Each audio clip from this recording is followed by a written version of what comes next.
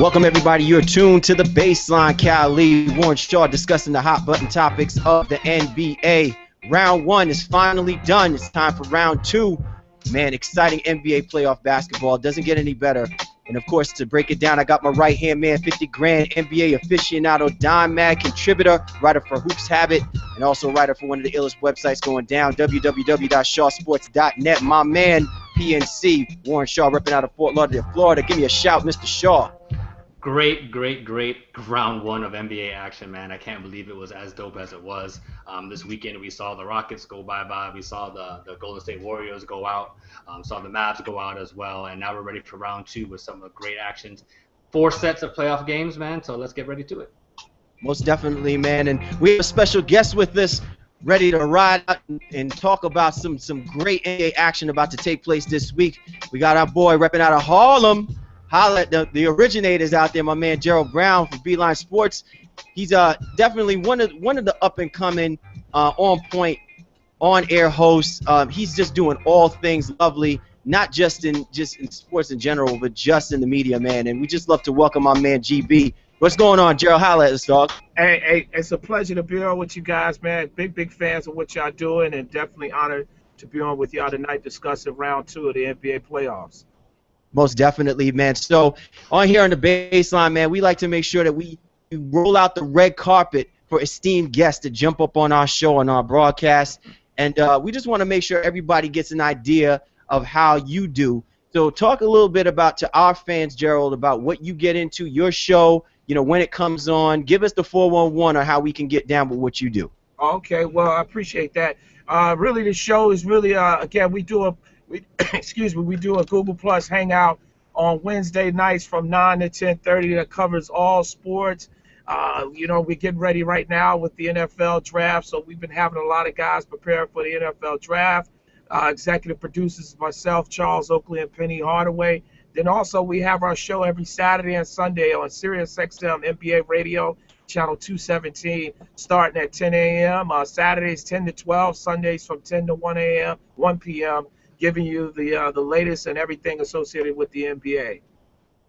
Well, Steph, man, and I think one of the awesome things about our, in our profession, because I like to think that what we do, we like to be professionals with it. It's not just about us, talking and acting like we know everything there is to know about sports. It's about communicating and understanding about the game and what we see, what we like to see, what's been exciting for us, and also communicating what fans see as well too, man. So it's really great when we're able to get other people who are knowledgeable about the sport, well connected, know their stuff, man, and are projecting it to continue to keep building up the brand of the NBA. Absolutely. I appreciate that, man. It's a treasure and an honor to be on with you guys tonight. All right. So we appreciate everyone continuing to listen in and touch bases with us here on the Baseline. My man Warren Shaw and I are always appreciative of all the comments and the thoughts. Continue to get at us. You know how to do it. We're on the Twitter handle. Make sure you get at my man Shaw, at Shaw Sports NBA. Hashtag it, the Baseline. Let us know who you are and what you're about. First things first, Shaw, man. I know you had given us the big superlative adjective about what you felt about with that round 1. But give me your true sense of what you took away from this round 1 of NBA playoff basketball. I mean, what is your imprint on this? Think that these guys left for all of these 16 teams that played in that first round? Well, more than anything else, I think we saw the maturation of some of the younger teams out there. When you look at our Washington Wizards, beating a veteran-laden team like the Chicago Bulls, and then even the Portland Trailblazers. I don't think anybody. Well, I know in our show we didn't predict Portland to win that series, figuring Houston had just too much firepower and had even a little bit more experience than Portland did. But what they were able to do and seeing what LA did and obviously what Damian Lillard did to close out the series, those are my 2 biggest takeaways. Obviously, there were so many games that were amazing, so many overtimes. The Thunder almost got actually beat in the first round, which was quite stunning to me. But overall, I'm looking at the maturation again of those young teams, and even the team like the Raptors who got bounced, the fact that they were able to push it to a Game 7 and had a chance to win had Kyle Lowry not got a shot blocked by Pierce at the end there. That's what it is. It just shows that the future of the league is in very good hands, especially with these young teams. Most definitely. And Gerald, from your perspective as well, that round 1, man, we saw 7 overtime games. And actually, that game between Portland and Houston, I mean, just a thriller. It's almost like the thriller Manila in my mind. That could have also gone to an overtime game in itself. I mean, even the Brooklyn Nets and the Toronto Raptors in this Game 7 series, that final game really came down to final seconds. Just nonstop action from the beginning to the end, and you really saw a concerted effort from the top seeds to the lower seeds going all out to try and put themselves in position to move to that next round. Yeah, I totally agree with you. I think the key thing is that the NBA has to be feeling real great and feeling really confident about really the first round of the playoffs, because keep in mind, all we've been really told since the start of the season was essentially this season didn't really matter if you weren't the Miami Heat, Indiana Pacers, and a handful of teams out in the West. And then we get this first round where you potentially could have had six teams go to a seventh game, and yet it was so unbelievable. And even the Miami and Charlotte series, what we saw was competitive basketball, and I think also too, really we saw perhaps that the sort of matchups or the seedings really didn't really tell us or allow us to really see that there were really some teams that were evenly matched. I mean, the matchup between Indiana and Atlanta clearly showed that even though Atlanta was an 8th seed and won 37 games, they was a tough matchup for the Indiana Pacers, and they got hot at the right time. So I know Adam Silver, the commissioner, is feeling really great, especially with all the stuff that transpired last week, to have the NBA first round end on such a high note. And I think fans of the NBA and even fans that are, sort of distant fans that come around for the playoffs, everybody's really just anxious to get the second round started.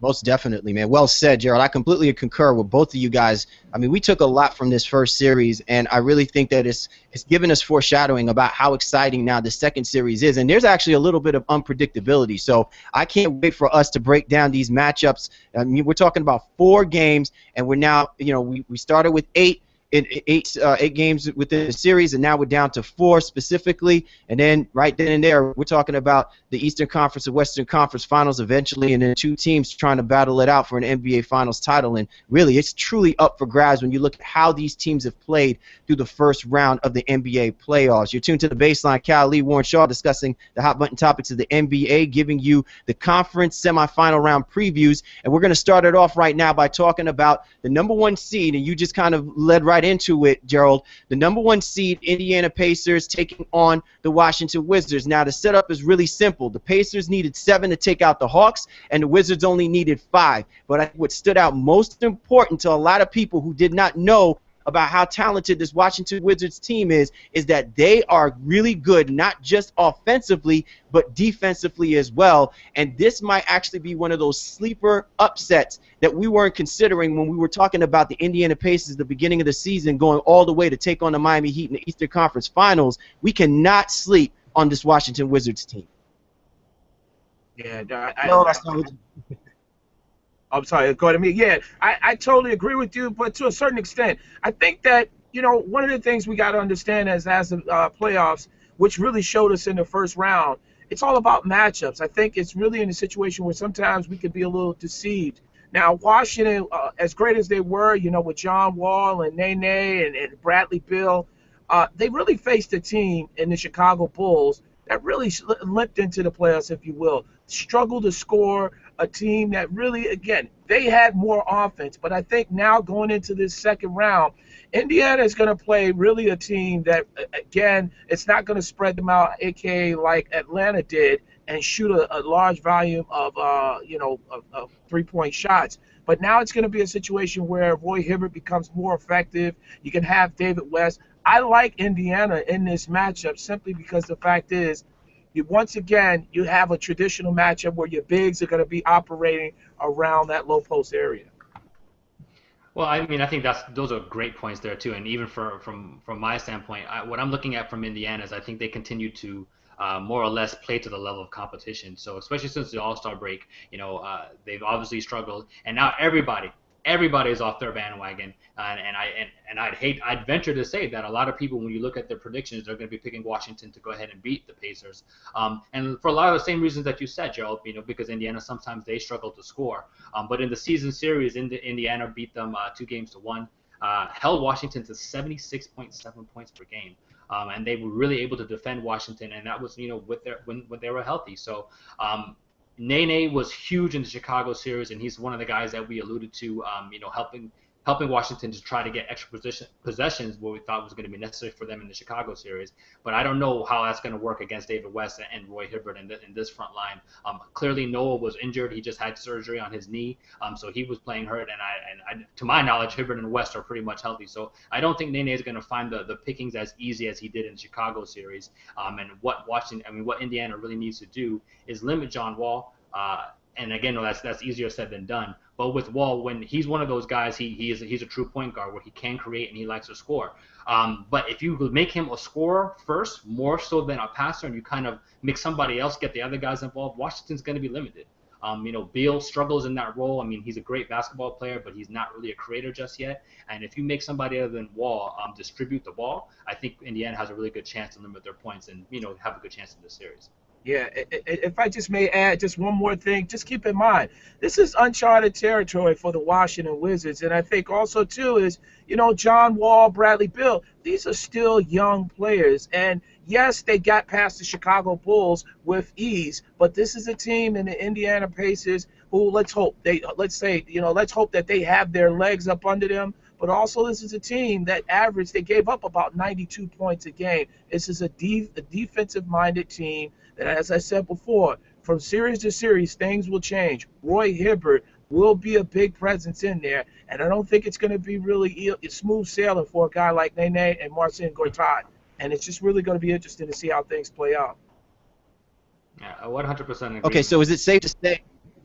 Go ahead, Steve. Oh, I'm sorry. I was going to ask for you, Shaw, and also, and Gerald, you can follow up with this. But so is it safe to say that Roy Hibbert's performance in Game 7 is kind of like a flare signal that he's waking up out of the funk that he's been in through the course of not just the series, but really the last couple of months? Because to your point, if we're talking about how formidable this front court has got to be for the Indiana Pacers over the Washington Wizards, it has to be on the efficiency of Roy Hibbert to not only play defense, but also to put the ball in the basket when the opportunities present itself. Well, they're going to give him his opportunities to do that, and I have to look at synergy numbers and that type of thing to see what Gortat has done in the paint defensively, because Hibbert is not an offensive weapon per se, but he's a guy who needs to get his touches, and they try to go to him early, usually kind of like the old Chicago Bulls days where they try to get Bill Cartwright off early, give him the first couple of shots of the game in the first and the third quarters, and I think that's what they're going to continue to do with Hibbert. So I don't know if he's 100% back after one game because he's really, really struggled, but obviously it's better that he did what he did in Game 7 of the Atlanta series than he did what he did, say, maybe in Games 5 and 6. So I think he's going to be a factor one way or another. I think even from a defensive standpoint, deterring guys like Wall and Beal from coming into the lane. So I think that's a role that he can always embrace, even if he's not scoring. Yeah, and I think also, too, guys, I think one of the things is that maybe our expectations were a little too high on Roy Hibbert. I mean, this wasn't a guy that was averaging 20 points and 10 rebounds a game. This was a guy that, let's be honest, I mean, because of the lack of 7-footers that exist in the NBA, back-to-the-basket 7-footers, he had that great series in the playoffs last year against Miami. He's still a work in progress. He's a good player. So the expectations, I believe, in that last series were very high. And then also, too, let's keep in mind, George Hill is not your traditional point guard. They don't have a point guard that gets everybody in their offense. In fact, a lot of the times the offense is run through the hands of Lance Stevenson as well as Paul George. And that's where you have a lot of the problems with the Indiana Pacers when they get into their half-court sets, is because they don't have a traditional point guard to really set guys up and get them in spots where they really like the ball and can be effective. Wow. Well, I'm going to jump in. Have you been listening to our show, Gerald? Because I think from the outset, whenever Indiana started this regular season, we were just like, yeah, they made some nice moves. I'm happy about their bench, but they still don't have a true point. And if you watch the series last year, Miami absolutely murdered them when they pressured the ball. Augustine was in there fumbling the ball around. George Hill was in there fumbling the ball around, and they did not address that. C.J. Watson is not a great ball handler. He's a nice spot-up shooter from 3. He can hit the floater from every now and then, but he's not a ball distributor, and he doesn't handle the rock all that well. So very good point, something that we've been talking about all along. So if Wall and Beal and those guys decide to pressure Indiana, they really could have a hard time bringing the ball up. Yeah, but I mean also too, and just to piggyback off of that, I had also questioned. I understand the move for Evan Turner really being in the being brought in to Indiana and from Philly, and I understand that move simply because the fact is if you can't re-sign Lance Stevenson, then you have Evan Turner for at least one more year. But I was praying some way somehow that Larry Bird could have reached out to his old friend and teammate Danny Ainge and somehow got Rajon Rondo, because I think that they're Rajon Rondo away from getting to the NBA Finals, let alone winning it. And they didn't address that. So, again, it'll be George Hill and maybe C.J. Watson. And I think the only thing we'll probably see a lot more of C.J. Watson if George Hill struggles to try to play the facilitator in this next series as he did early on in that first round series against the Atlanta Hawks. Real quick, Gerald, to me, I think the key to this is going to be about pace. If the Washington Wizards have the pace that they want, and obviously we're talking about how there literally is a disadvantage if John Wall actually plays, the point guard true to form, really putting onus and the pressure on Lance Stevenson and George Hill to come up big in this series. How big pace is going to be, because to me, the Washington Wizards have to have that ball moving up and down at a rapid pace, whereas how the paces are, they're methodical, and they always want it to be a slugfest. Yeah, I agree with you. I think that the team that's able to get out and establish their sort of tempo and really set the tone for the game in the series will be the team that's most effective. I mean, you look at the Indiana Pacers, right? They're a grinded-out team, very physical, very methodical. They're going to play a half-court game. But also, too, is that they are very good defensively, very long with Paul George, and we know about Roy Hibbert. They can defend Lance Stevenson. This is a team, the Indiana Pacers, gave up about 93 points a game, 92.3, about 93 points a game this season. And, as great as I keep saying, as great as Washington looked in that first round, that wasn't a Chicago Bulls team that could go back to them and make them play defense from an offensive standpoint. So it's a little deceiving. And I just question the fact is that John Wall is on this stage now. How will he perform? Bradley Beal is only a second-year player. Be really interesting to see how those guys produce going into the second round of the NBA playoffs. All right, you're tuned to the Baseline. Cal Lee Warren, our special guest, Gerald Brown, representing here, talking about the Eastern Conference Semi-Playoff Preview, the Indiana Pacers versus the Washington Wizards, which will start off this week. Let's go ahead and get right into the predictions. Shaw, I'll start with you. How many games and who advances to the Eastern Conference Finals between the Pacers and the Wizards? Well, again, I'm not going to go with what's hot right now. I'm going to stick with the team that has kind of proven themselves, and I just think, again, they've gotten into this zone where they play to the level of their competition. I think you'll see them step up in the playoffs against the Washington Wizards, and I think the Pacers are going to take this in 6 games, especially because of what you guys just alluded to a little bit earlier, in being able to establish pace. Again, I understand the regular season isn't always an indicator of what's going to happen in the playoffs, and both teams are different now. But if you hold the Wizards team to 76 points a game in the regular season on a regular basis, I think that's pretty indicative of how good Indiana can be defensively when they're engaged and when they really want to play. And you may see some cross matches, Paul George trying to guard John Wall like Paul George tried to guard Jeff Teague. And then, because Ariza isn't a guy who's going to post up, so you can kind of cross match those other guys there. So Indiana in 6. Yeah. I also agree with you, Warren. I agree that Indiana will take this series in 6 games simply because the fact is that John Wall and Bradley Beal, as I've said, again, this is all new territory. And I think that also, too, is that, conventional wisdom will say that Indiana got a little scared. They woke up out of that little doldrum that they had in terms of really sleepwalking through most of the Atlanta Hawks series. And now they got their legs under them. They're ready to go out there. And I also think the X factor will be the bench production that Indiana can get. Not really certain about the bench production, the bench that the Washington Wizards will have. So that could be a little bit telling. But I like Indiana in this series to march on in 6 games.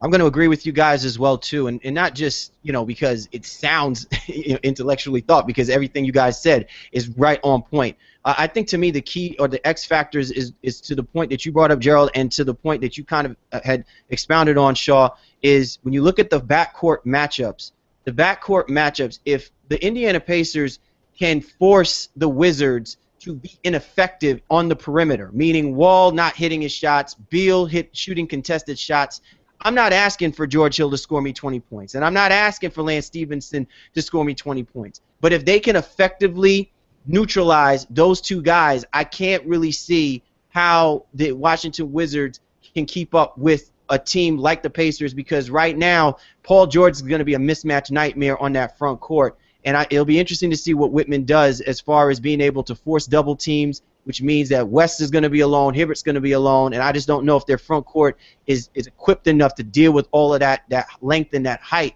So ultimately it comes down to if the Pacers backcourt can defensively do what needs to be done and force Wall and Beal to shoot in effectively, there should be no problems. I would almost say that they can take it in 5 if they play the way that they're capable of, but I think the Wizards are going to kind of hit them off a couple times and catch them on the heel, so I think it goes 6 as well too. So Pacers, we're expecting to kind of write the storybooks that we already pre-scripted to be in the Eastern Conference Finals, and to do it, they got to get through the Washington Wizards. You're tuned to The Baseline. Cal Lee, Warren Shaw, with our special guest Gerald Brown, discussing the Eastern Conference semis. We're giving you a preview of the teams that will be competing, and we're going to be moving right on next to the Miami Heat taking on the Brooklyn Nets. Now, the Brooklyn Nets, they needed 7 to take away Masai Ujiri and his apt Toronto Raptors that were they were salivating. They had a chance to take this game. They did not capitalize on their opportunity, and now we're talking about the defending champions taking on a team that basically took them out 4 games in the regular season. And so everyone is talking about how the best team that's equipped to knock out the Miami Heat is suddenly this Brooklyn Nets team, which has been off and on. I'm going to start with you, Shaw. Do we believe into the hype about the fact that the Brooklyn Nets took them out 4 games in the regular season and are just as aptly from a matchup standpoint can do the same in this playoff series? Well, Brooklyn is more than any other team out there, with the exception of the Pacers. They're not afraid of Miami. You know, they don't look at Miami and feel like they can't win. Especially when you bring in the guys like Pierce and Garnett, who have obviously played Miami in multiple series, you know, have won against them and also have lost against them. So is Brooklyn going to be a tough matchup? No doubt. Is the series going to be tightly contested? No doubt. But does that mean Brooklyn is actually going to win the series? No, that's something that I don't have as much confidence in as their 4-0 regular seasons would indicate. We all know that the playoff Miami Heat are a different team than the regular season Miami Heat. They coast throughout the season to just try to get to where they need to get to. I can't remember how many games Wade played in the 4 regular season games right now. I think it was at least 2. But still, you know, all those are factors into what's going to happen here. And even though the Nets have the veteran leadership and they don't have necessarily the fear factor that other teams have when playing Miami, we're talking about the 2-time defending world champions, and I just don't see that as being an easy task.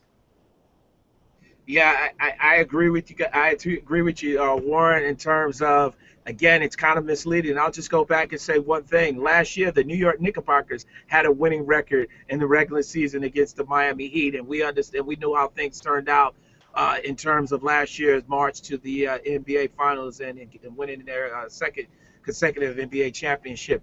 The regular season is so really it's one of those things where you can't really buy into the hype because the NBA wants to market their product. But this will be a situation where the Miami Heat will pay attention to details. I think that this is a series that Brooklyn will have a problem because of the age and the attrition that's on that team. They're going to look to be in a situation, meaning the Miami Heat, will look to run and get out in the open court and make guys like a Kevin Garnett, a Paul Pierce, defend those guys like a Bosh, LeBron James, Wade, and those dribble penetrating to kick out the guys like Norris Cole, Ray Allen, Battier, those guys, even Chris Bosh, can be effective. And I think they just pose so many problems to the Brooklyn Nets that, you know, on paper, you would think that, again, because of the experience and all this stuff, listen, these guys are old. Kevin Garnett, I believe, turns 38 years old next week,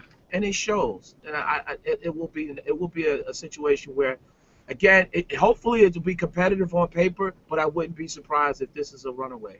So you don't think that what everyone's going to say is that natural level of hatred and disdain, that's not going to be enough to fuel Pierce and Garnett, even though they're old. It's just because it's those guys that they can't stand. That won't be enough to propel them potentially even to win the series. Well, I don't think so. I don't think that they can stop Miami from getting out in the open court. Brooklyn's going to want to try to slow the game down, do a lot of damage in the front in the half court set. I don't think that they have the athletes to be able to stay with a Miami Heat team. And that's the sort of kind of difference between the Brooklyn Nets and the Indiana Pacers, if you will. The Pacers had so much success last year in terms of being able to stay with the Miami Heat because they were able to match the Miami Heat in terms of getting out, being able to get out to the open court and run. I don't see the Brooklyn Nets being able to do that simply because of the fact is that the age that's on this team at the positions, the skill positions that they really need production from. Don't see it. Real quick before we jump in, CL is one thing that I'm concerned about with Brooklyn too is that we saw rotation changes in this last series with the Toronto Raptors where guys like Plumlee were getting a lot of minutes behind Garnett. Now it's Blatche who's getting minutes, and Allen Anderson came into his own kind of in the last couple games of the series. So that's not what we saw when Brooklyn played Miami. So does Kidd now go back to what quote-unquote worked for him in the regular season, or does he go back with what was working for him now in these final 2 games against the Raptors to close out and propel them to the second round? I mean, rotations, and now can't forget that Kidd is also a rookie coach. Like, what's going to happen? I'm very concerned, and I want to see what happens now because, again, is it Blatche? Is it Plumlee? Is it Allen Anderson? Is Livingston? Livingston came off the bench, I think, in the last 2 games of this series now. So he completely changed his rotations. And how does that now work against Miami when you beat them a certain way, 4 times in the regular season? Let me answer this. Let me kind of slide in here and answer part of that question, Shaw. One of the interesting things that you had brought up with regards to that question is the one thing that I had been pondering upon because when you look at how this team is structured on rhythm. I know that sounds kind of crazy. When you have a rookie head coach like Jason Kidd, I still think that this team is truly trying to kind of really find themselves within what Jason Kidd is trying to do to get these guys to play the kind of basketball with these expectations about trying to get themselves to a championship. And unfortunately, he ain't Doc Rivers. Doc Rivers can do that. He can get his team to buy in to say, Baby Davis, you're going to have 20 minutes. Or Baby Davis, I'm not even going to put you on the basketball court because of what's going on right now and how the Warriors are effectively just abusing you every time you get on the floor. I really think that Jason Kidd is going to be in troubling waters here because Eric Spoelstra doesn't have any doubts about who he's using. It's the same guys that he's got. And so this is still a new bunch of guys really trying to find their own. Blatche has already been with this team last year, and you saw what Blatche looked like last year and what he is this year. I think he's taken a step back. And so the fact that he's not getting these minutes with consistency, now you're going to ask him to step up on what's basically the biggest stage for the Brooklyn Nets, which is to take out the defending champions. I'm not seeing where he's going to step up big for this team. And I'm not seeing where Mason Plumlee is going to step up big for this team. It's just interesting to me because usually when you start fooling around with your lineups and you don't really set a level of expectations about and confidence how you're using this team, when you go into that next round, you begin to see how much confidence the coaches really have with the guys they start putting in there and how many minutes are really being used. I mean, that was the reason why we were criticizing the Indiana Pacers in this first series with the Atlanta Hawks with Roy Hibbert, and I feel like the same thing is going to happen with the Brooklyn Nets when you're taking on a team that's already won the championship 2 times already. Well, I mean, the playoffs are about adjustments, and that much we know is something it's a cliche that you hear, but it's very true. And I'm happy to see teams make adjustments so that they can try to win. They're not going to just stand pat with what's been losing them games per se. But again, now you go back into the regular season success you had. Plumlee was a huge part of that, especially in that last game they played against Miami. He had the game-saving block against LeBron.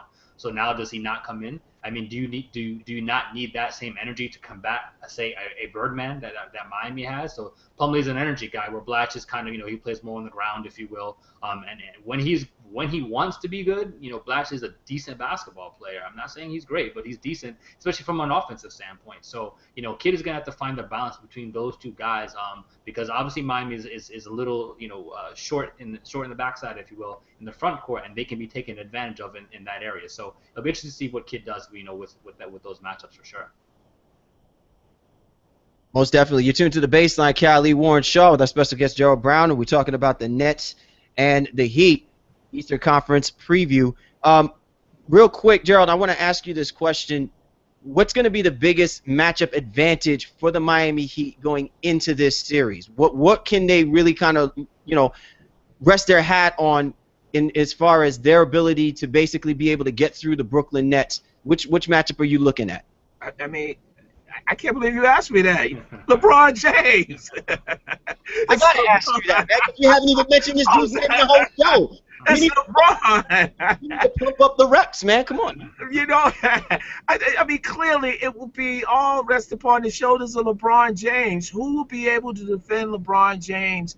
And then I think everything as normal will flow through LeBron. LeBron will be that facilitator, and everything will be able to flow through him. So he will set up the offense for a guy like Dwayne Wade, how much he's able to play in this series, you know, as well as the other guys, the Mario Chalmers, the Norris Coles, the Shane Battiers, the Ray Allens, as well as the Chris Bosh. But one thing I think will be a telling thing, Game 1 will be very interesting. And here's the situation where it's going to be really – this is the game that Brooklyn, they got to extend this game. They got to play this as like this is game 8 of their first round series against Toronto. What I mean by that is you're going to catch a team in the Miami Heat that's been off for quite some time. And we've seen over the course of the years and past years playoffs that teams that have a long layoff, they normally don't get their legs after the first 2 games and stuff. And it's essential that Brooklyn comes into Miami and they have to get Game 1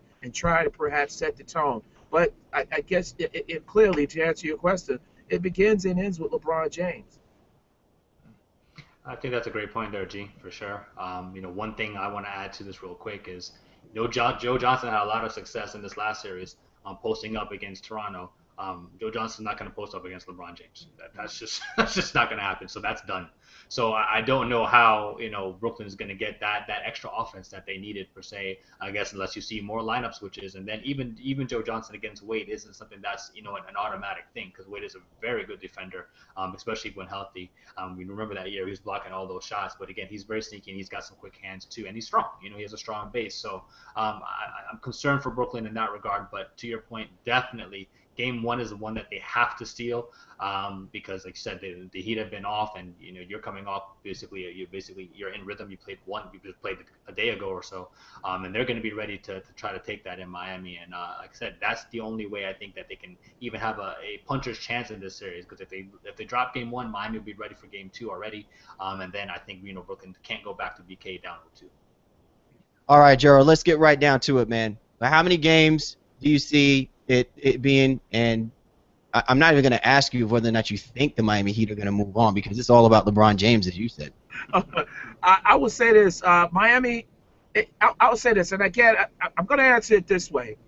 If Kevin Garnett is able to give the Brooklyn Nets an average anywhere between 10 to 15 points, I think this series can go 6 games.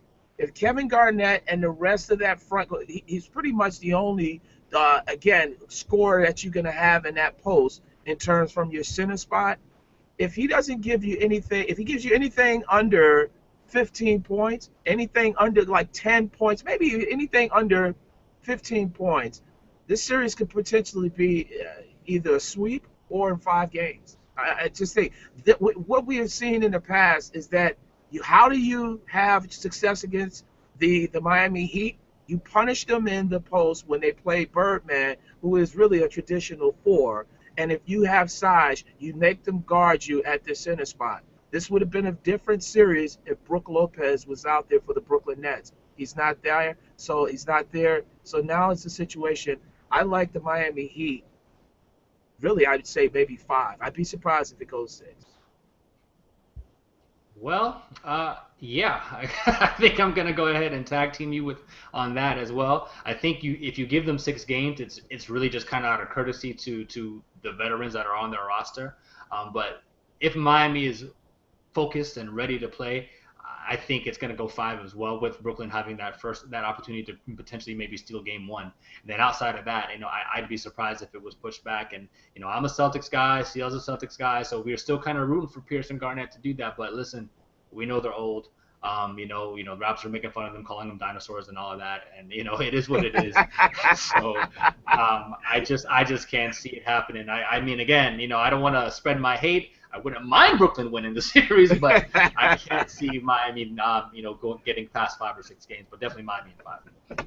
It'd be difficult for me to not want something from Brooklyn to be good and, feel good and happen. You know what I'm saying? Because Brooklyn is the planet. But right now, they're somewhere out there in Pluto. If any kind of perception or thought process that they think that they're going to beat this Miami Heat team. I found it interesting that Stephen A. Smith called out the whole city of Brooklyn, you know what I'm saying, in the game leading up to the Toronto Raptors. And it almost leads me to believe, like, what kind of Brooklyn fan base is going to be out there for this, semifinals matchup? Because, there are a lot of people that love LeBron James and the Miami Heat out there in Brooklyn. They just, you know what I'm saying? They just don't want to get called out there, when these games happen. So, but that being said, I really feel like the Miami Heat, I think, is just too good.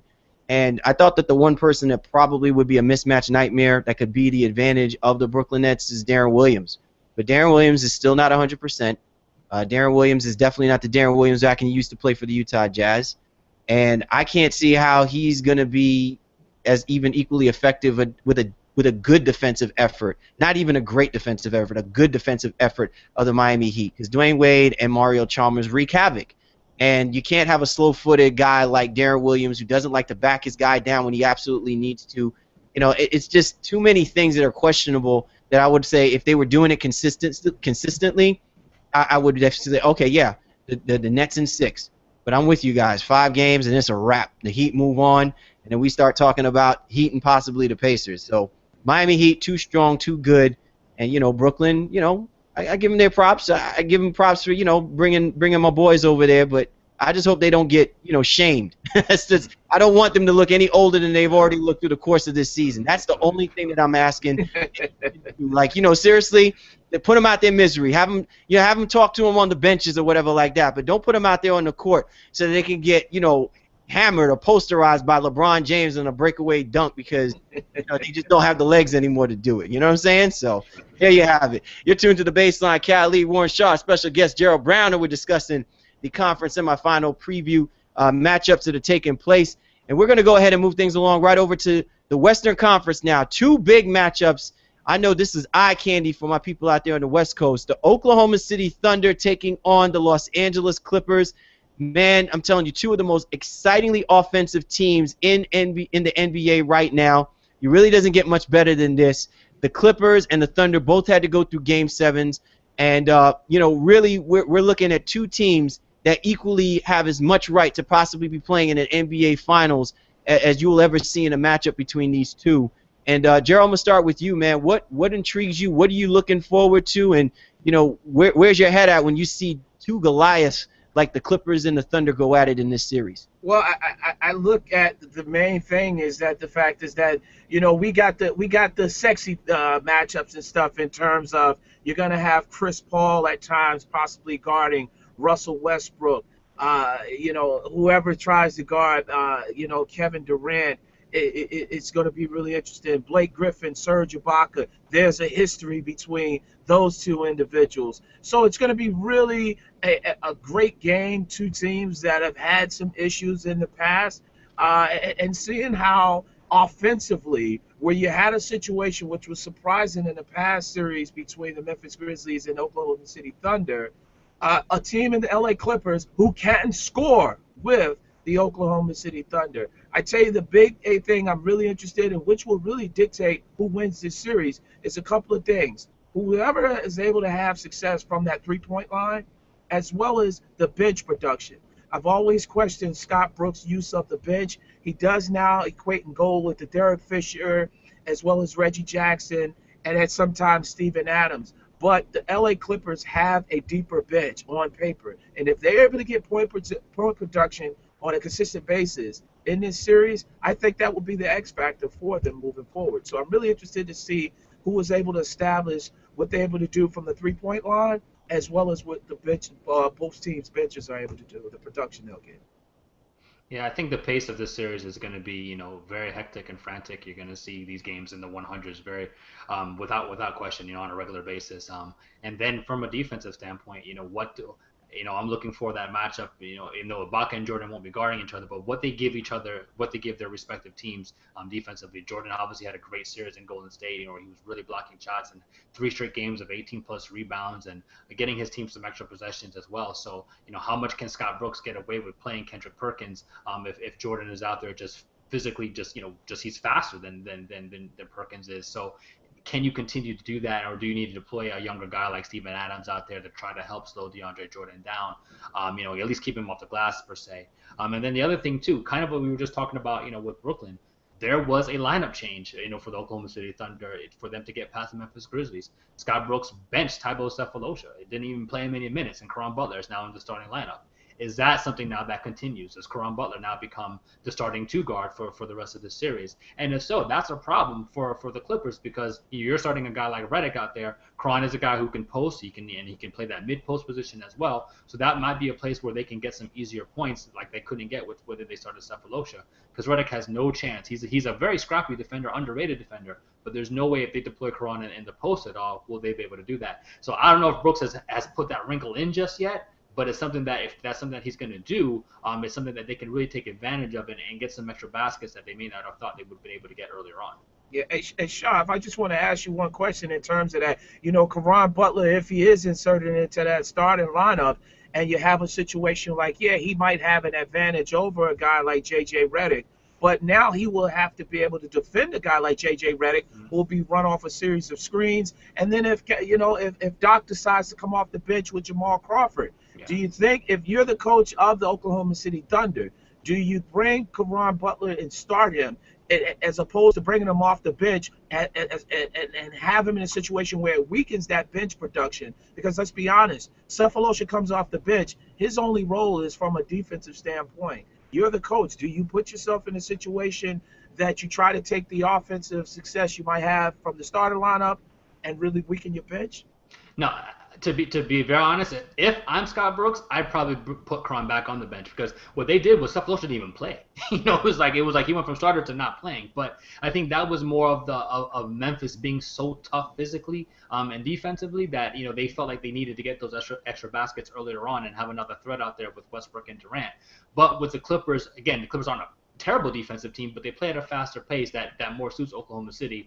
And then, like you said, you can bring a Cephalosha out there to try to help slow down a Redick. And then, because the Clippers bench is so much better and one of the best benches in the league, it would make more sense to put Caron back on the bench to try to give him that punch, coming off with Reggie Jackson and some of the other guys that like Nick Collison and those guys too. So yeah, I think that's a great question too. But if I'm Scott Brooks, I would definitely do that. But I'm not Scott Brooks, and we have no idea of how that's going to work, because he regularly gets criticized for his coaching and his rotation. So, we'll have to see what happens on Monday rather. Actually, to your guys' point, one interesting thing that I felt that it was going to be imperative for the Oklahoma City Thunder is their team defense, because individually these guys don't defend all that well, and you've got individual stars like Chris Paul, like Blake Griffin, who they can set these guys up on one-on-one situations, and equally the Thunder could do the same thing. But I think the Clippers play better team defense, and then with the emergence of DeAndre Jordan now becoming a force down in the middle,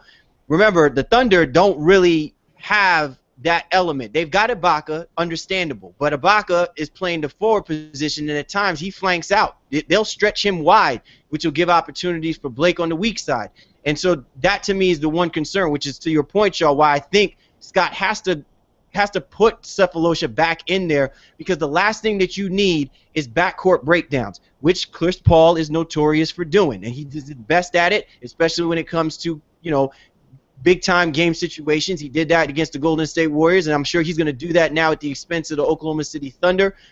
Scott Brooks is going to need Westbrook and Durant to score like there is no tomorrow. To do that, they've got to relieve themselves of the pressure of having to do one-on-one individual defensive efforts against an offensive juggernaut like the Clippers, which went on point and executing according to Doc Rivers' strategy and way of thinking. It can happen at any given time. This is the reason why you said it's going to go up to the hundreds. It'll be interesting to see how these defensive matchups play themselves. And the other thing I'm looking forward to is how far out are the Thunder going to push Blake Griffin. If Blake Griffin has his way down in the paint, there is no hope for the Oklahoma City Thunder, none whatsoever. Because Blake Griffin, I feel like is going to muscle his way down there when he absolutely has to. If he gets the favorable calls, he'll be on the line shooting like 16, 17 free throws, and it'll just be a nightmare for Scott Brooks. How far do you push Blake Griffin out of the blocks? You can't have him camping out there with him and DeAndre Jordan. It'll just be a bad situation altogether.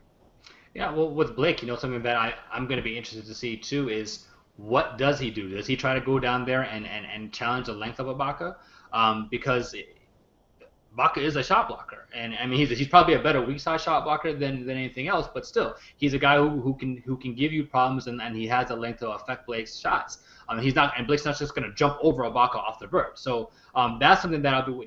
Does Blake step out now and then try to use his Tim Duncan form that he showed in the Golden State series, taking some jumpers and shooting off the glass and trying to stretch Ibaka away from the rim so that Jordan can have a little bit more room and use his athleticism on the offensive rebounding side of the basketball. So these are all the little wrinkles that with a great coach like Doc Rivers, like what's going to really happen. And I think what we'll see is my prediction would be Blake probably starts out on the outside trying to draw Ibaka away, and then if it doesn't happen, then he might try to force his way down low and try to use some post-up moves and maybe get Ibaka in foul trouble. Yeah, I agree with both of you guys, and I think that again, it's really seeing what Blake Griffin is able to do. I mean, if he tries to establish this whole muscle type of situation, he's going to get into foul trouble.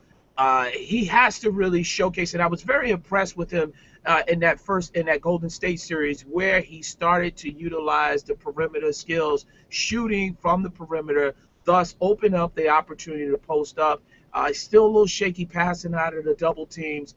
But it will be a question of the situation like with Blake Griffin. It begins, and I think it starts with him. He can open up a lot of things because thus you'll have a guy that's great on the weak side in terms of DeAndre Jordan, who will be able to get those lobs. Everything will really go through Blake Griffin in terms of just working that offense. So really it's important that he really stays out of foul trouble, but also establish that perimeter shooting. It's definitely. Go ahead. Yeah, and I want to jump in, and Gerald, I just want to get your take real quick. I mean, the guy we haven't even mentioned is really Durant, and what his effect is going to be on this series. Obviously, the Clippers don't have anybody that can really defend him. Matt Barnes is, he's a rugged guy, but he's not going to actually stop Durant. So I mean, how do you think that's going to play out? And are you buying into the whole, the whole Mr. Unreliable thing, that the Oklahoman came out with? But how do you think what's Durant's role in this series? Is he going to be able? Does he have to be the guy and score 35, 40 points a game, or can he and Westbrook play off each other and then kind of muscle their way throughout the series, playing off each other? Well, I'd be honest with you, and that's a great question because I kind of looked at this series in terms of, so much criticism that was given to him at one point. Then there were points where people were criticizing Russell Westbrook and 30 shot attempts and all this stuff. Let's be honest, first and foremost. In terms of this Mr. Unreliable, this is a city in Oklahoma that you went from a newspaper, the Oklahoman, just covering University of Oklahoma football and basketball. Now you get a pro team. I think that might have been the straw that broke the camel's back that will lead Kevin Durant to Brooklyn come 2016, 2017 under the direction of Jay-Z.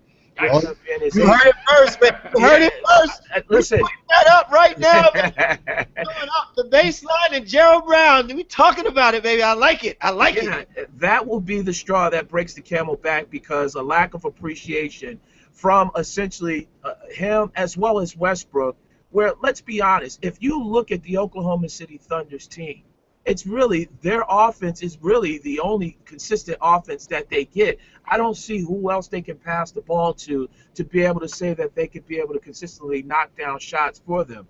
I think Sam Presti still regrets trading James Harden and instead of holding on to him rather than keeping Serge Ibaka. But in regards to your question, you're right on that one, Gerald. You are so correct. Yeah, I mean it's come back to haunt them. But in regards to your question, though, Shaw, in terms of how I see them in this series, if I'm Doc Rivers, I'm gonna let Kevin Durant and Russell Westbrook. You can't stop them. You're gonna have to be able to let them get theirs. But the question will be is you can't let the other guys beat you. You can't have Serge Ibaka getting 20, 25 points in this series. You can't have guys like Derek Fisher or Reggie Jackson getting double figures in each and every single game. What you have to do is look at what this team is basically. It's a two-man operation. You cannot stop Kevin Durant nor Russell Westbrook. Okay? So what you have to do is limit the point production from the other players. And if they do that, they'll still be able to win these series. And what was said before, we're going to see a lot of offense. This is a situation where both teams are going to look to push the tempo. So we're going to see a lot of points. It's going to be 100. The points and the scores in this game here, both teams will have no problem scoring in the hundreds. But it will come down to a situation where you're going to have to make other people beat you besides Russell Westbrook and Kevin Durant. I think that's a great point, and something that I'm going to be looking to see too. We touched on real briefly, is the bench production. So is Scott Brooks going to be able to find something else to match that? Again, if you put Karan back on the bench, but a guy that a lot of people have been calling for. And again, our Twitter basketball coaches, if you will, where's Jeremy Lamb? Where's that guy who can obviously is a scorer? And in a series where you needed that option, especially against Memphis when they play such great defense, Lamb was nowhere to be found. So at some point, does Scott Brooks turn to him and say, listen, well, we need to get a couple quick baskets, and let him go out there with Reggie Jackson to be a formidable offensive juggernaut out there in that second unit. So that's something that I'd like to see Scott Brooks kind of implore, because like you said, if you're missing a guy like James Harden, then you have a couple pieces that you got for James Harden, and then you don't even use them. So it's like I don't know what's up with that, but we'll see if the bench, the Clippers bench, really does outplay Oklahoma City that much, where Scott Brooks finally looks a little bit further down the line and plays a guy like Lamb. Yeah, and if I may, Shaw, I just want to piggyback on that. I've been very, very critical of a guy like Scott Brooks, because if you look at the makeup of the Oklahoma City's roster, we were all led to believe, first and foremost, this whole thing where guys come from San Antonio, Sam Presti, they're supposed to be these instant geniuses and have all this success. But you look at the fact that they have guys like Perry Jones. They have guys like Jeremy Lamb that you touched on. You draft a kid in Steven Adams that honestly, and you took him very high when he wasn't really nowhere near to a finished product and struggled playing at University of Pitt. And then, you've gotten somewhat out of Reggie Jackson. But I've been scratching my head for the longest in terms of when we would see these guys play a role into the success of the bench. And Scott Brooks hasn't done so, and it's looking like it's going to be perhaps this year where this whole situation could crash and burn, because I just don't see him being able to survive there too much longer, especially when you're not utilizing these young guys that you spent high draft picks on to get, and they're not in the rotation at all.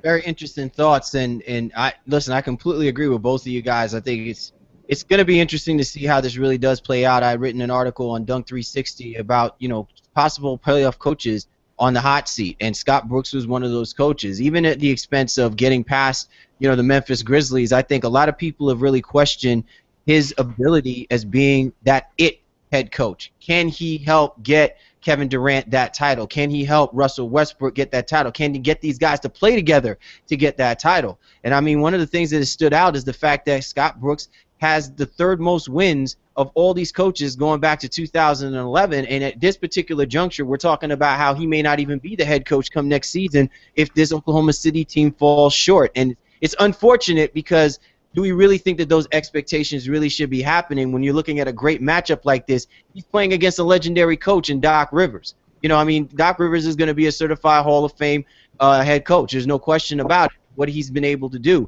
And he's basically got to out-coach Doc Rivers. As much as this is going to be about the guys playing on the court, he has got to account for every single thing that's going to happen through the course of this, because when you look at these teams, it's just like how we were talking about the Portland Trail Blazers and the Houston Rockets.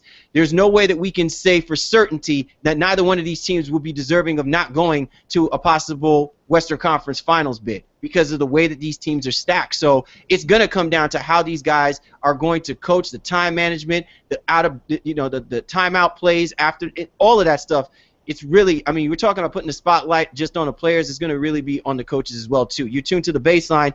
Cal Warren Shaw with our special guest, Gerald Brown, giving you the Western Conference semi-preview between the Oklahoma City Thunder and the Los Angeles Clippers. Shaw, I'm going to start with you.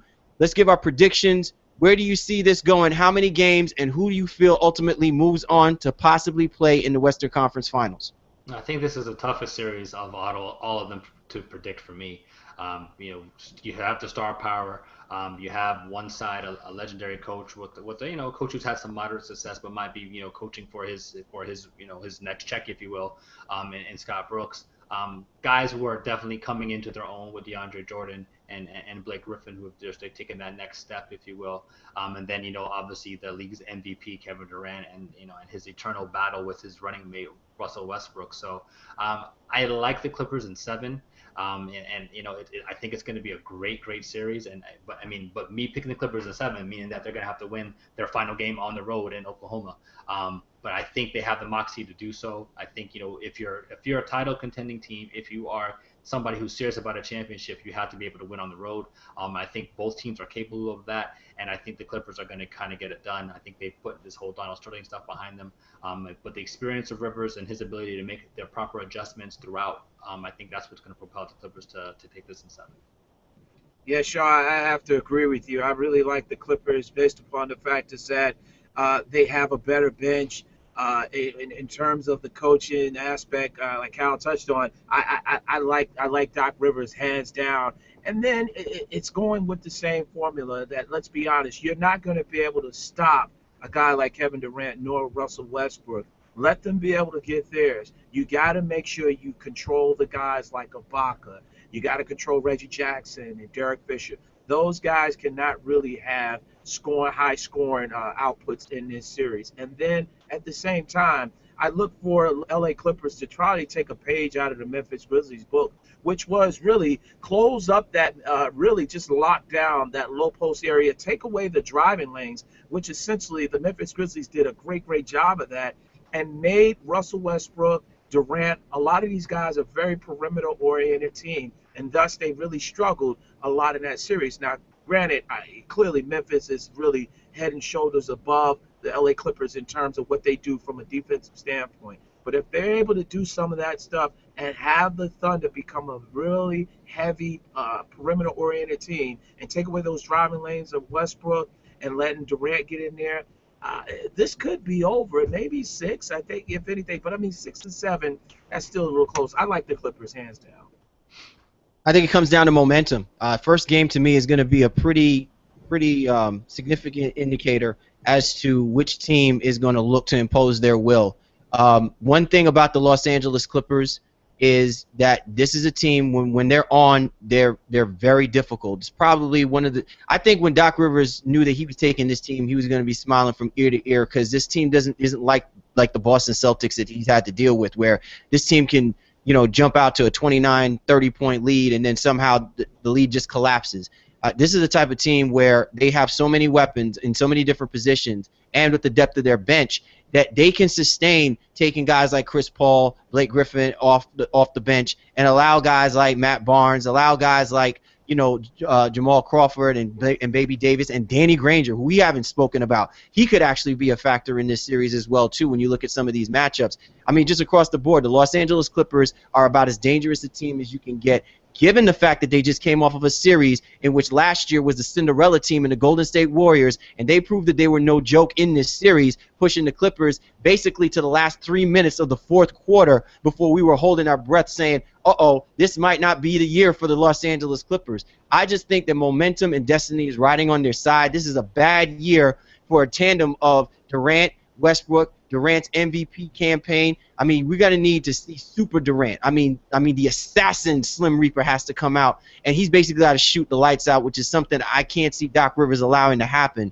I think that this actually goes to 6, and I think it's going to be predicated on the fact that the Thunder at times have these slow starts, and against a team like the Clippers, you cannot afford to do that. They're just too good offensively to come out to these first half lulls that they've shown in that first series against the Memphis Grizzlies. I'm picking the Clippers in 6, but I say it because I feel bad because I really feel like this could have been the year of Kevin Durant, but the way that the Clippers have been playing right now, this team is just too tough, way too tough. You're tuned to The Baseline. Cal Lee, Warren Shaw, with our special guest Gerald Brown, giving you the previews to the conference semifinals. Be sure to check out our podcast. We are available on www.mixcloud.com. We're also available on iTunes, Spreaker.com, and Stitcher Radio.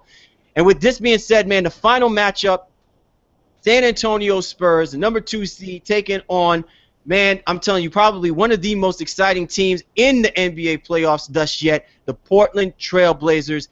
This is going to be a fun matchup, albeit, though, when you look at it across the board, it spells danger to the Portland Trail Blazers in the sense that you're talking about a team that has a bad taste in their mouth about what happened to them last year, because we could have been talking about the Spurs being the NBA champs and not the Miami Heat. Gerald, I'm going to start with you. Where do you go with this, man? What are you looking at? What are you looking forward to when you see this kind of matchup, given the way that both of these teams played in the previous series? Well, I'd be honest with you.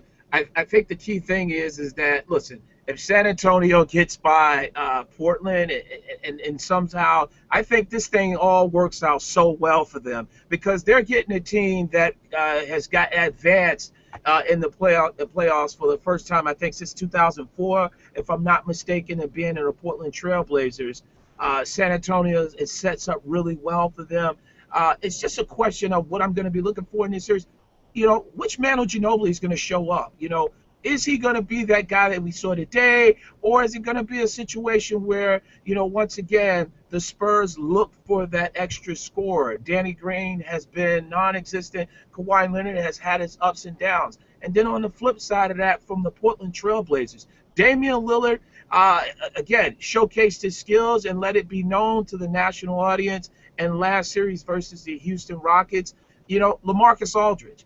Can he be in a situation where Damian Lillard, LaMarcus Aldridge, who will be that next guy? Will it be Wesley Matthews? Will it be Nicholas Batum? One of those guys will really have to step up and support that two-headed monster that the Trailblazers have, LaMarcus Aldridge and Damian Lillard.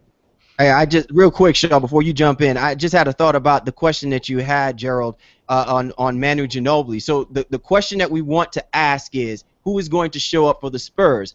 Manu or Manhu? I wanted to make sure that the emphasis was placed on the question that you posed, man. It's a very good question. All right, Shaw, go ahead and take it away. No, I mean, I think what we're looking for here is definitely, I think something even NBA TV guys may have mentioned in their telecast too, is, how are the Spurs going to defend, LaMarcus Aldridge? Is Duncan going to start out on him, or are they going to try to cross-match that and play splitter? Because I don't think Lopez is a guy that you necessarily have to guard. He's obviously, quote-unquote, a garbage guy. And you can give Duncan some rest, starting playing him there a little bit, and then he can switch off to LMA, in the fourth quarter of games. So I think that's what we're probably going to see. But you don't want to have Aldridge getting hot like he did in the Rockets series, where, then by the time you put Duncan on him, it doesn't matter, where he's just throwing anything up from that mid-range elbow shot and it's going in. So, I think we're going to see Popovich, do a very good job of adjusting and switching up his defenses and the looks that they throw at LMA. And what I also want to know is how Portland's going to defend Parker. Would they do a cross match? Would Wesley Matthews potentially guard Parker, try to get physical and try to rough him up a little bit? More importantly, to keep him out of the dang lane. Parker, he assassinates people by getting into the paint and creating havoc, and then again dropping off passes to Duncan or cutting splitter. Another matchup that I'm looking forward to is like the young small forwards. Really two young guys who everyone is waiting for them to take that next leap in Batum and Kawhi Leonard. I don't know how much they'll guard each other because of their defensive skills. They too may be cross-matched on the other guys, the best opponents, best offensive players too. So there's a lot of intriguing things going on here in this series. Portland's ability to shoot the three is going to be huge because that's what they were able to do so well throughout the year, and then even so in this Houston series. But the Spurs are not the Houston Rockets. The Spurs do play with pace and do run up and down, but they play defense, and the Rockets do not. So that's something that the Portland Trailblazers are going to have to contend with, and I'm not too sold on their ability to actually beat San Antonio in this. I think it'll make for some good theater, and like I said, some great matchups here and there. But San Antonio definitely has the advantage going into the series. One of the things I think that really sticks out in my mind is the supplement players, the glue guys. Shaw, we talked about this a few weeks ago in our podcast on how important the glue guys are, and there's no better team that supplements that theory about how important the glue guy is when you're playing for Greg Popovich, and you're seeing the emergence of a guy like Thiago Splitter, who they gave this max deal to, for his to be the position guy, and we're all thinking, is he supposed to be, the guy that is supposed to, now take front and center stage when Tim Duncan goes away? I doubt that. But what you're seeing now from a production standpoint is exactly the reason why they decided to give him that contract. And this is what they've been waiting for. They've been waiting for Thiago Splitter to stop looking like a foot soldier from Teenage Mutant Ninja Turtles and to actually make his imprint in this series, because this is about the bigs, man. It's about that front court. It's about the dominance. We get on Roy Hibbert. You know what I'm saying? We talk about Blake Griffin. We talk about the emergence of DeAndre Jordan. We talk about the greatness of LaMarcus Aldridge in this previous series. We need to start talking about Thiago Splitter and what he's expected to do in a series in which Robin Lopez should not be able to impose his will on Thiago Splitter.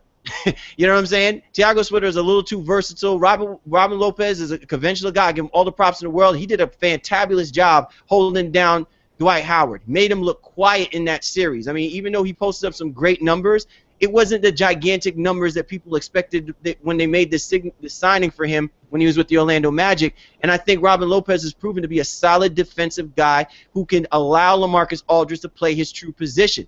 That being said, that if you got Tim Duncan and Thiago Splitter, the expectation should be one of these guys needs to get off in order to balance out what the San Antonio Spurs are expected to do. As far as on the top side, it'll be very interesting for me to see how Damian Lillard plays defensively against Tony Parker and the rest of the backcourt. Because the one thing that we do knock Damian Lillard on is that he's not a great defender. You can get him on those picks, and the guards will get in and penetrate. Patrick Beverley did it. Jeremy Lin did it. So as clutch as Damian Lillard can be, defensively, if the San Antonio Spurs do play solid defense and it comes down to a game of runs, you know who's going to be carrying that rock for the Spurs. We know who's going to be carrying the rock for the Blazers. It's going to be who's got the potential to stop who.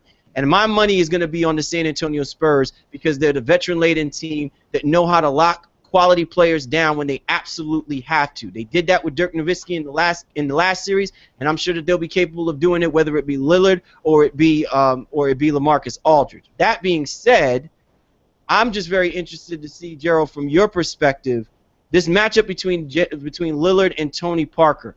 Is it like the top billing that people are expecting to see? Are we expecting a slugfest of greatness at the point guard position? Absolutely. I'm looking for this one because what Damian Lillard has shown over the course of last year, this regular season, and then in that first round series, he has arrived. And I mean, he's not a flash in the pan. He's going to make Tony Parker, who, oh, by the way, in that last series was playing with a little gimpy ankle, he's going to make him try to defend him. He's going to be aggressive. And that's the key thing with Tony Parker is going back at him and having him in a situation that possibly you make him a defender as well as what he's going to do on the offensive side of the ball. Yeah, I think that's a good point too. But I'm even going back to what I was saying earlier in terms of will they actually guard each other the entire series? So I think Portland has the advantage to some degree where they can switch Matthews onto Parker, and then so onto Parker, and Lillard could potentially guard Danny Green. Danny Green is not going to go down there and try to beast Lillard in the post. Danny Green's a three-point shooter, so Lillard can try to stay in front of Green, and they would have that matchup. On the other side for the San Antonio Spurs, Parker is probably going to have to try to guard Lillard, for by and large. That's something that I don't know how much of that matchup we'll see. I'm sure we'll see it some for sure. And that's something that, we're all going to be talking about because we're looking at, kind of the old veteran Tony Parker against up-and-coming upstart Damian Lillard. And like you said, Gerald, Lillard's for real. We've had a chance to interview and talk to him a couple of times at All-Star Weekend, both All-Stars, and I've already seen the growth. Just even how he handles his interviews. He's just a different dude this year. And he's definitely shown that he's capable of leading his franchise into these playoffs. But Spurs, man, they're a veteran team, and I just think they're going to find a way to get what they need to get done. All right. With that being said, Shaw, I'm going to start with you. How many games does it go with the Spurs and with the Trailblazers, and who's moving on? I'm going to give Portland a lot of respect, because of their offensive capabilities, and I think Popovich is going to have to make the adjustments necessary to combat the Trailblazers and things that they need to do. But I think San Antonio takes this in 6. I don't want to disrespect Portland at all. I think they've proven themselves, and this is one of those things where they need to play a team like this to grow and for their betterment, in the future, so that they can potentially be a legit title contender in the Western Conference. They need to have these growing pains, if you will. And they're going to say, why not us? Why not now? Why not now is going to be because of San Antonio Spurs. Spurs in 6. I'm going to shake things up, and I'm going to do it. Again, since this is the last one, I'm picking Portland in the 6 games over there. And there you here's go. why. I just like the fact is that, you know what, LaMarcus Aldridge, he's been great. And again, he poses a lot of problems because he's kind of similar, if you will, to Tim Duncan in terms of how he's able to score. He can score with his back to the basket. He can also face up. I think that in terms of, Robin Lopez and Thiago Splitter, very similar guys that, again, they could come in, they're going to rebound, they're going to do a lot of the dirty work. But the key thing is if Portland is able to be able to get hot and have success from that three-point line, I think that will be the big difference. And I'm not really sold on Manu Ginobili. That's just where the thing is. Let's be honest, guys. The San Antonio Spurs have been a model of success for small market franchises for quite some time. I think it's 16 consecutive years that they have made the NBA playoffs. At some point, Father Time is going to catch up to a lot of these guys. And I think, honestly, last year was the window closed in terms of being able to get to the finals, let alone win it. And I really just like what Portland is able to do, but also in terms of guys like Mo Williams coming off the bench, and as well as a guy like Jarrell Wright. If they're able to shoot from that perimeter and shoot those 3 high-volume threes and knock them down, I like Portland in 6. Wow. I'm CL, you need to take it away. I'm going to leave that alone. I'm not touching it. But I like that you're shaking things up because we have agreed throughout the entire show. I got to go out with a bang, right? Yeah, Come on. No doubt. Man, let me tell you, Gerald, you make an actually really good argument. The only problem is that Father Time didn't stop these guys from dropping 62 in the regular season. Father Time did not stop them from walking away against the Dallas Mavericks, who really are more of a mismatch nightmare than I probably think the Portland Trailblazers would be. And, again, I'm going to allude to the fact that this is now the time where we start seeing how well coaching comes into play when you're talking about teams trying to get to that next step. And I think Shaw was alluding to the fact that this is a team that is on the precipice when you look at the Portland Trailblazers, but I don't know if whether or not they're quite there. Because once you start neutralizing the quality players, who then steps up? When you neutralize Damian Lillard, and Damian Lillard can be neutralized. It's not like when I say Damian Lillard is cold-blooded, it's not just, because of the fact that the guy is just, can hit, game-winning shots. He's very poised. But equally as poised is a battle-tested San Antonio Spurs team that has been to the NBA Finals and is really trying to prove people that this wasn't a fluke, that because Russell Westbrook tore his knee, that the Spurs wouldn't have been expected to be in the position that they're in. And here we go again. They're proving it again, where most people are doubting them, saying they don't even deserve to be in the finals. When you look at the talent level of the rest of these guys, well, is it talent that's gotten these guys this far? And I think that this is where a quality team that's played together, that understands their adversities, that understands their strengths and sees their weaknesses, when you expose a young team that's riding off of a high in a series like they just played against the Houston Rockets, to me, I feel like it could come to a crashing halt when a Spurs team can be dominant. And this team can be dominant at times. It's just a question of, can they show it? Can they make it happen? I think they have enough in the tank to do it. I think the Spurs really, the bigger factor for me would have been Nicholas Batum. And there are times where Nicholas Batum can look like, a guy that really could be a mismatch nightmare. But I think that if you take out LaMarcus Aldridge, you take out Damian Lillard, he's not going to be, as effective. And he should be the next person, because he is that guy in the starting lineup that I think can take advantage of really a less than athletic Spurs team. With that being said, I think the Spurs move on. I think they do it in 6. And I think that the way that they do it is they just become efficient. I think Popovich figures out a way to put the right lineups out there to neutralize what Stotts wants to do. And they're just going to look like the machine that's always the San Antonio Spurs. I hate to do it, Gerald. I want to jump. I got to come back at you. I got to ask you this. You said in some regards that Dallas again was a more dangerous team. Let's be honest. Vince Carter and Sean Marion, they had a blast from the past. I like the fact is that LaMarcus, somebody's going to have to guard LaMarcus Aldridge. Tim Duncan's going to have to guard LaMarcus Aldridge. At times, if you're going to put Thiago Splitter on there, I just think that when you have a low post presence that's going to force guys like Tim Duncan and Splitter to defend, Now you have opportunities to open up that court. Guys try to help off, whatever.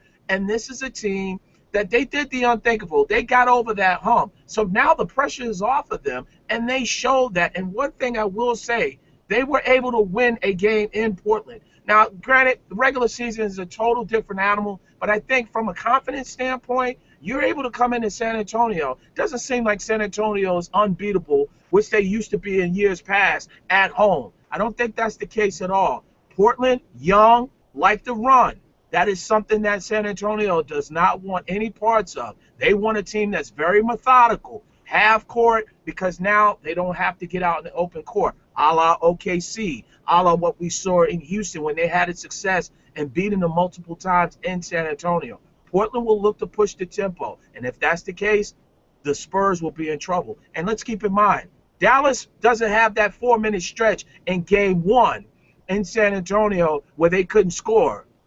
Along with DeJuan Blair not getting ejected, suspended, this Spurs could have been upset in 6 games. You know, it could have been those things. And again, I know we also go on ifs, but Portland is a very, very dangerous team, and I think they will surprise a lot of people. Well, in the immortal words of Samuel Jackson, will allow me to retort. Okay, I completely agree with where you're coming from, and I think on the same token, though, because we could have also said the same thing about the Portland Trailblazers.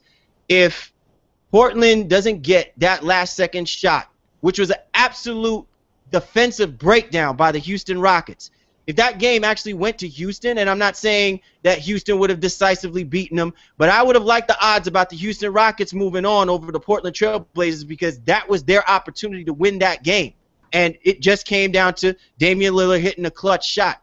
To your point, the one thing that I will say about this Portland Trailblazers team is that if you start forcing them to have to play in a half-court set, now they have to really rely on LaMarcus Aldridge. Because outside of that, that team needs to open up the floor. They need to move the ball. They need to make it quick. Greg Popovich will look to slow that down, and probably at the expense of knowing that this team at times are not as effective in the half-court set as they need to be now. As we start getting closer and closer to those Western Conference Finals, you're not going to have the luxury of just breaking out on teams when they're going to force you to slow down.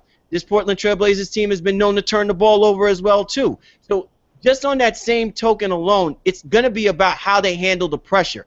It's pressure when you're playing against an equally matched team, but when you're playing against a team as veteran savvy as the San Antonio Spurs, who's proven time and time and again, especially in the playoffs, that they can win games when they absolutely have to. And I'm not saying that it's not possible that the Portland Trailblazers can't push them to the 7. I just feel like there's a machine that is still there in the San Antonio Spurs, and I just don't know whether or not Portland has got it in them to take them out as convincingly as I think we want everyone to believe because of what Portland did to the Houston Rockets. That's just where I'm coming. Well, I will say this, if I may, I just had to check one more thing.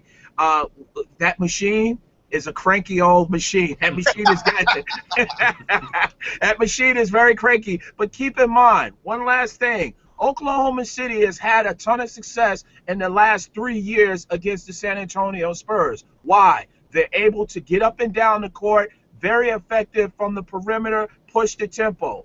Houston, Portland, same type of setup with those teams. That's where San Antonio has problems. It's not the San Antonio Spurs teams of old that would be able to say, you know what, we're going to force to put you in a half-court set. These teams are going to push the tempo, and San Antonio cannot stay with these guys. That's why it's a dangerous setup for them, because they got 2 young teams, especially they got guys that are in the low. They got a guy in LaMarcus Aldridge and Damian Lillard, where I think they're strongest at those areas where possibly San Antonio might be their weakest. My goodness, you have them. You basically got the Spurs like Old Yeller. You just my God. I'll tell you something, man. Listen, it does not get any better than this. I cannot wait to get you back on here, man. This is going to be awesome. I'm telling you. All I want to just say, when I say, I just want y'all to just stand up and clap when I say, see, Wow. I told you something. Listen, I will keep that in mind. You will see me with the applause. It'll happen. It'll happen if they do it. It'll definitely happen. You heard it first on the baseline. I will step up and I will clap on, clap off like there's no tomorrow for the Portland Trailblazers. And look, this thing got it twisted. I love the Portland Trailblazers. I love Damian Lillard, man. This kid is going to be dynamite for years to come. I mean, you talk about really like a Haley's Comet type point guard, man. I mean, this kid has got is just stone cold, man. I mean, he's more I feel like he's more stone cold than Chris Paul. So it's just exciting to see him getting this opportunity, and he's relishing in it. Yeah, no, definitely. Yeah, definitely. Guys, oh, I'm sorry, Shaw. What were you gonna say? No, I'm just saying he's definitely one of the best. And with Lillard, my 2 cents to all of this too is like, you look at a guy like John Wall, and you look at Damian Lillard, and you see these guys trying to make their mark here in these playoffs. And then you look at another guy like Stephen Curry. Definitely the point guard position is in very, very good hands. And it's great to see these guys having some success, especially with Lillard and Wall in their first ever playoffs. Lillard in his second season. I think this is Wall's third season. It was the fourth season. But it's their first playoff run, and they're already in the second round. So that's amazing. That's a great thing to see. And I can't wait to see what this matchup holds out. And maybe next year, maybe a Kyrie Irving can enter this conversation as well. But for right now, he's on the sideline doing Uncle Drew commercials. So, we'll go with Lillard and Wall for the playoffs here, bro. Most definitely, man. Awesome show, fellas, man. It's really great when we're able to talk about basketball at its peak, and NBA playoff basketball is just really moving at an all-time high. Some great matchups we're talking about between the Pacers, Wizards, the Heat, the Nets, Thunder versus the Clippers, and obviously the Spurs and the Trailblazers, man. This is going to be an awesome semifinal matchup, across the board. I'm just looking forward to each and every single game. Gerald, man, we really appreciate you jumping on and really kind of, giving us the insight, breaking it down. This has been an awesome roundtable conversation regarding these matchups, and I can't wait to get you back on here again, man. I tell you this, Cal, I really appreciate it. Shaw, thanks again for really having me on. And I got to say this, man, I really applaud you guys, and I admire the fact is that what you're doing, it's always a treasure, man, to get on and be able to talk quality sports talk with individuals that are like-minded, and in terms of just really having very insightful information, minus all the shock and everything, the shock value. So definitely it was honored to be on here. Continued success in all that you guys do. And anytime you guys need me, I'll be more than happy to return, especially after Trailblazers march on. Here he goes. But definitely, that's my guy, man, Gerald Brown. He's a good dude, and definitely I hope everybody catches his shows, the Bottomline Sports Show, and then definitely on Sirius XM NBA, man. He's doing a great job. Excellent host. Knows his stuff. Very well connected. And I was happy to be on his show one time. He let me grace his show on a Wednesday night, man. I was happy to jump in there and talk with him and his people too. So everybody, make sure you check him out, man. This is a great dude in the industry, and he definitely knows his stuff, man. Gerald, thanks a lot. Appreciate you, man. Yeah. Thank you, my pleasure. And listen, I want you guys to return the favor. I want to come, you guys, get you on our show on Wednesday nights. And definitely, if you're ever in the New York area, I want y'all to come on over to Sirius XM NBA Radio. So let's keep this thing going. You know what I'm saying? I want you guys on that. I think you're hollering at me. Listen, I'm heading off to the Path train right now, man. You ain't gotta worry about that. I'm moving. I'm heading out there now, so I'll be ready for this coming Wednesday. Appreciate it, guys. Have a good night, man. All right. Thanks again. Hey, everybody, we appreciate those listening into the Baseline. Continue to keep listening to us, man. We're going to continue to keep giving you coverage regarding the NBA playoff basketball. Once again, man, this is the Baseline. Callie Warren Shaw, and we're signing out.